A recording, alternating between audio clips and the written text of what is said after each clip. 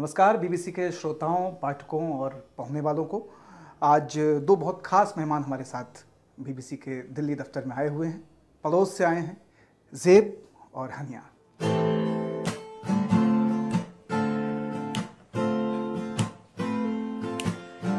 हर सू है तू मुझे तेरी आरज़ू, दिल पे मेरे राज तेरा, क्यों ना एतबार मेरा करे तू। हर एक दिन तेरे बिन बिताऊं, दिन गिन के दिन ढले न रात बीते, जागे सोए मरते जीते, तरसूं तेरे लिए। हर सू है तो बहुत सुंदर, बहुत सुंदर। सबसे पहले अपने बारे में बताएं कि क्या सोच करके मौसीकी संगीत के जो प्रयोग, जिस तरह का आपका अनुभव रहा, उसको लेकर के आप हिंदुस्तान आई, क्या सोच करके? फिर जब हम दोनों साथ में कॉलेज में अमेरिका पढ़ने गए तो वहाँ पे हम लोगों ने, हनिया ने गिटार सीखना शुरू किया वहाँ पे फॉर्मली, और वहाँ पे गाते गाते हम लोग अपने गाने बनाना शुरू कर दिया। और कुछ चंद साल बाद हमारी एल्बम निकल आई। तो इस तरह से हमारा ये एक ज़ेब एंड हनिया का एक ताल्लुक़ बन गया। और इंडिया हम ऐसे आए, हिंदुस्तान का ट्रिप यूँ बना कि हम लोग हिंदुस्तान देखना चाहते थे, क्योंकि मैं कभी आई नहीं थी, हनिया ने सिर्फ बॉम्बे देखा हुआ था। तो बहुत चाह थी कि आके हम देखें। और हिंदुस्तान की हमारे पास 6 सिटीज़ के 6 शहरों की वीज़ा थे। तो हम लोगों ने कहा कि हम आके देखते हैं। और फिर देखते देखते यहाँ पे लोगों को म्यूज़िक भी पसंद आया और उन्हें हम भी पसंद आए गेस। ये तो मैं सीधे सीधे कहूँगा कि क्या गाते हैं, लेकिन गाते क्या हैं इसके बारे में तो। अच्छा ये बहुत मुश्किल सवाल होता है किसी भी आर्टिस्ट के लिए कहना, क्योंकि अगर आप हम ज़्यादा सोच के नहीं गाने बनाते, हम बस दिल से बनाते हैं, क्योंकि ना हम इतने कोई सीखे पूछे हैं। मैं वैसे सीख तो रही हूँ गाना उस्ताद मुबारक अली ख़ान से वहाँ पे, लेकिन ये अभी जारी रह रहा है। तो मैं अपने आप को कोई इतना बड़ा सिंगर नहीं कहूँगी। तो हम लोग क्योंकि हमारे दिल में मौसीकी के लिए बहुत मोहब्बत है और वो करना हम पसंद करते हैं, गाने बनाना, तो हम बना देते हैं। फिर आगे जाके वो जो बनता है उसको आप जिस भी उसको जो लेबल दें, उसको जिस डब्बे में डालें, उसको जिस तरह से आप मार्केट करें, वो तो फिर दूसरे बंदे की बात है। तो जॉनरस का हम इतना सोचते नहीं हैं। और मेरे ख्याल में हर गाने में अलग-अलग इन्फ्लुएंसेस हैं। आपको हर मतलब कोई 4-5 किस्म की म्यूज़िक एक ही गाने में दिखाई देंगे। और आई थिंक सबसे ज़रूरी बात ये, सबसे बड़ी बात यही होती है कि जो लिसनर है वो जिस तरह कनेक्ट करना चाहे गाने से। मतलब अगर किसी को ब्लूज़ का शौक़ है तो अगर ब्लूज़ की थ्रेड पकड़े, किसी को फोक का शौक़ है, मतलब जब तक ऑडियंस कनेक्ट करिए आपके साउंड के साथ, तो उसके अलावा तो कोई आई थिंक लेबलिंग की ज़रूरत ही नहीं होती। आप लोग का वास्ता, आपका ताल्लुक सूबा सरहद से है। वहाँ के जो मसाइल हैं, वहाँ के जो मुद्दे हैं, उनको कितना आज का यूथ, चाहे वो आप जैसा हो या बाकी जो पाकिस्तान का आज की जनरेशन का यूथ है, वो उनसे कितना अपना वास्ता रखता है, उनको कितना समझ पा रहा है और कितना उनके लिए खड़ा हो पा रहा है? मेरे ख्याल में उन मसलों को सबसे ज़्यादा वहीं के लोग समझते हैं, क्योंकि जो परसेप्शन है उन मसलों की वजह से सबसे ज़्यादा जो लोग मुतासर हो रहे हैं वो भी वही हैं। और हमारे लिए, बल्कि हम लोग वहाँ से हैं, हमारी फैमिली वहाँ से है, लेकिन हम वहाँ रहते नहीं हैं, तो शायद हम भी सही तरीके से नहीं बता सकते कि उन लोगों पे क्या गुजरती है और वो उसके साथ किस तरह से इंटरेक्ट कर रहे हैं। लेकिन जहाँ तक मैं जानती हूँ, जो कि शायद काफ़ी लिमिटेड है, वहाँ पे लोग अपनी ज़िंदगी जीना चाहते हैं, वहाँ पे लोग नॉर्मल होना चाहते हैं, अमन से जीना चाहते हैं। और इस बात का सबूत ना सिर्फ हमारे, मतलब जो मेरी फैमिली के साथ इंटरेक्शन है वो बात देती है, बल्कि जिस तरीके से सूबा सरहद के नौजवानों ने हमारे मौसीकी को अपनाया है और जिस तरह हमें उन्होंने अपनाया है और जिस तरह से हमें रिस्पांस दिया है, तो मैं रियली समझती हूँ कि हम सब की परसेप्शन गलत है, शायद मेरी भी गलत है। तो बस एक छोटा सा खाना और फटाफट सुना दें।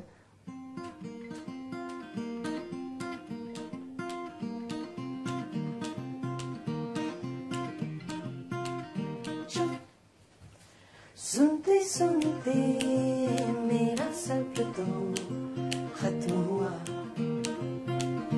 बस बातें बहुत हुई, अब तो प्यार का वक्त हुआ।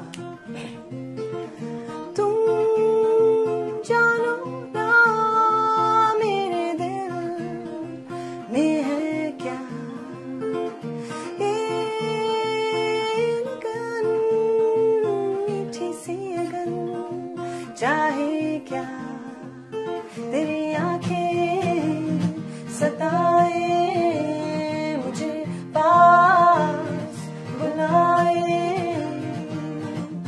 मुस्कुराहट मेरी बोले क्या, सोचो ना मुस्कुराहट मेरी बोले क्या, सोचो ना। चुप चुप चुप चुप। क्या बात है, बहुत ही शानदार। थैंक यू जी, बहुत बहुत सुनना चाहते हैं। ये जो नई पीढ़ी है जो डिवीज़न वाली पूरी पीढ़ी से बाहर आकर के उसके 2-3 पीढ़ी बाद की पीढ़ी है, वो किस तरह से देखती है जब हम मुंबई सुनते हैं, जब हम सुनते हैं कि नहीं बलूचिस्तान के बारे में कुछ कहा जा रहा है, इधर की हुकूमत कुछ कह रही है, उधर की कुछ कह रही है, तो आपकी जनरेशन क्या क्या सोचती है उसके बारे में?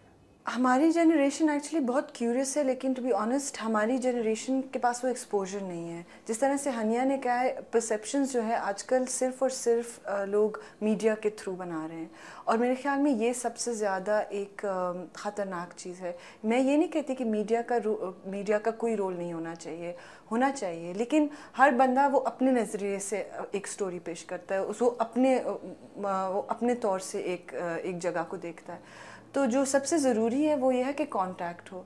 अब जैसे हमने मुंबई के बारे में बड़ी चीज़ें सुनी थी, उसमें से कुछ सही थी, कुछ बिल्कुल गलत थी, जो मुझे गलत लगी, शायद किसी और को सही लगे। और दिल्ली के बारे में बहुत कुछ सुना था कि बिल्कुल लाहौर की तरह है। बिल्कुल लाहौर की तरह नहीं है। दिल्ली का अपना एक मज़ा है, दिल्ली में एक अपना कैरेक्टर, इसके अपने दरख्त हैं इसकी अपनी एक खुशबू है। तो इस तरह से आप मतलब सबसे ज़रूरी बात यह है कि और पाकिस्तान के जो नौजवान हैं वो बहुत ज़्यादा चाहते भी हैं कि वो ख़ुद अपने तौर से इस दुनिया को देखें। हमारे लिए सबसे बड़ी जो मुश्किल वो ये हो गई है कि हम लोग पाकिस्तान से निकल भी नहीं सकते, क्योंकि जो टेररिज्म की जो ये बातें हो गई हैं, तो हर जगह के लिए हमें वीज़े के लिए इतना वक्त गुजारना पड़ता है, अपने पासपोर्ट महीनों लोगों की एम्बेसियों में पड़े रहते हैं। तो उससे ये होता है कि हम लोग और भी ज़्यादा होपलेस फील करते हैं, क्योंकि ना हम अपना कुछ बना सकते हैं, ना हम खुद इंटरैक्ट कर सकते हैं दुनिया से, और ना दुनिया हमें समझने की कोशिश कर रहा है। तो ये बात है। इतना मजबूत कल्चरल पूरी तैयारी होने के बावजूद, इतना ट्रेडिशन होने के बावजूद, ऐसा क्या होता है कि हम कहीं ना कहीं पिछड़ जाते हैं और जो दूसरे तरफ के लोग हैं, जो दूसरी सोच के लोग हैं, वो हावी हो जाते हैं? जब भी पाकिस्तान की बात होती है, सरहद की बात होती है, पश्तून लोगों की बात होती है, आजकल इमीडिएटली लोगों के दिमाग में टेररिज्म आ जाता है, मतलब और कुछ सब भूल जाते हैं। और इसका एक रीज़न इसका ये है कि जो मीडिया में रिप्रेजेंटेशन है, तो वो लोग वायलेंस और टेररिज्म को ज़्यादा रिप्रेजेंट करते हैं, और जो बाकी चीज़ें हमारी कल्चर की उनको नहीं रिप्रेजेंट करते। मतलब ये कॉन्शियस डिसीजन होता है मीडिएटर्स की तरफ से। तशद्दुद पसंद लोग होते हैं, बहुत ज़्यादा एक्सट्रीम व्यूज़ ओपिनियंस रखने वाले लोग होते हैं, वो वायलेंस भी इस्तेमाल करेंगे, तशद्दुद भी इस्तेमाल करेंगे। तो मतलब ऑब्वियसली जहाँ पे वो कोशिश करते हैं वो हावी हो जाते हैं। But in the long term I don't know if this is true. मतलब कल्चर को आप नहीं मार सकते, लोगों के अंदर जो चीज़ है, जो मिट्टी में चीज़ बसी हुई होती है, उसको आप ख़त्म कर ही नहीं सकते। तो मेरे ख्याल में ये लोग जितनी भी कोशिश करें लेकिन कामयाब नहीं होंगे। हिंदुस्तान के लोगों से क्या कह के वापस जाने के बारे में सोचेंगे आप? क्या कहना चाहते हैं, क्या मैसेज देना चाहते हैं? मैं और हनिया बहुत ज़्यादा शुक्रिया अदा करना चाहेंगे हिंदुस्तान के लोगों का कि उन्होंने हमें इतनी ज़्यादा मोहब्बत दी और इतना ज़्यादा सराहा। एंड आई होप कि हम लोग फिर आते रहेंगे। और मैं सबसे कहना चाहूँगी कि आप भी प्लीज़ पाकिस्तान आइए और देखिए कि हम कैसे हैं, और देखिए कि हम आपका कैसे स्वागत करते हैं।